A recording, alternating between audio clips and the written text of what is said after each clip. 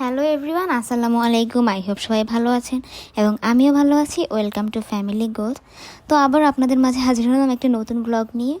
এটা হচ্ছে Friday special blog.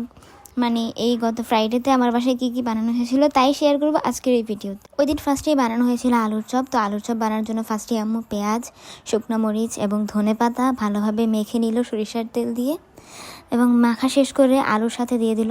আলুর সাথে খুব ভালোভাবে এটাকে মেখে নেওয়ার পরে দেন আম্মু আলুটাকে রেখে গেল মুরগির কাছে। দেন মুরগিগুলোকে ভালোভাবে স্লাইস করে কেটে দেন লবণ এবং বিভিন্ন মশলা যেমন হলুদ, মরিচ, জিরার গুঁড়া এগুলো দিয়ে এবং কিছু বাটা মশলাও দিয়েছিল।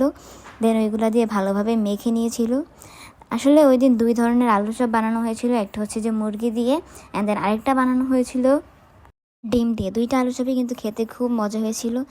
দেন আম্মু সবগুলো মশলাকে ভালোভাবে ম্যারিনেট করে কিছুক্ষণের জন্য রেখে দিল।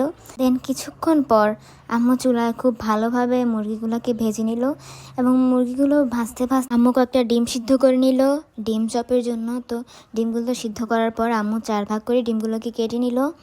দেন মুরগিগুলো ভাজা হয়ে গিয়েছিল। দেন ফার্স্টে আম্মু একটু পাতলা করে আলুর লেয়ার করে দেন তার মাঝখানে ডিম দিয়ে ডিম চপ বানিয়েছিল। ঠিক ওইভাবে মুরগি দিয়েও মুরগির চপ বানানো হয়েছিল।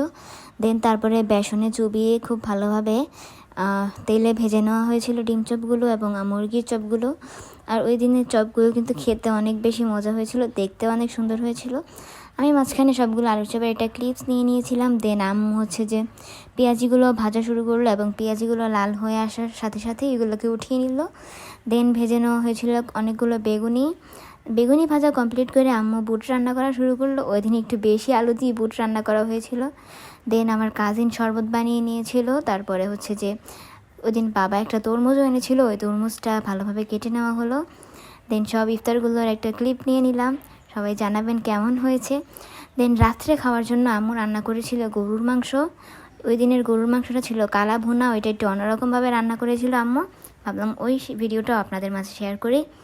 তো ফার্স্টেই আম্মু গরুর মাংসটাকে ভালো করে কেটে ধুয়ে নিল। দেন হচ্ছে যে হলুদ, মরিচ, লবণ, আদা রসুনের বাটা সব কিছু দিয়ে খুব ভালোভাবে পেঁয়াজ দিয়ে ম্যারিনেট করে নিল। ফার্স্টেই কাঁচা পেঁয়াজ আর সরিষার তেল দিয়ে ম্যারিনেট করে নিয়েছিল খুব ভালোভাবে। তারপরে হচ্ছে যে পেঁয়াজের বেরেস্তা দিয়েও ভালোভাবে ম্যারিনেট করে নেওয়ার পরে কিছুক্ষণ রেস্টে রেখে দেন চুলায় বসিয়ে দিল। দিনের কালা ভুনাটার সাথে আম্মু আলুও অ্যাড করেছিল। কিছুক্ষণ পর পর এটাকে আম্মু উল্টিয়ে নেড়ে দিয়েছিল এবং অনেকক্ষণ নাড়াচাড়া করার পর আম্মু কয়েকটা আলু কেটে ভালোভাবে ভেজে নিল এবং দেন গরুর মাংসের সাথে দিয়ে দিল। দেন কিছুক্ষণ জাল করার পরে হয়ে গেল গরুর মাংসের কালো ভুনা। তো আজকের ভিডিওটা এই পর্যন্তই। আসসালামু আলাইকুম।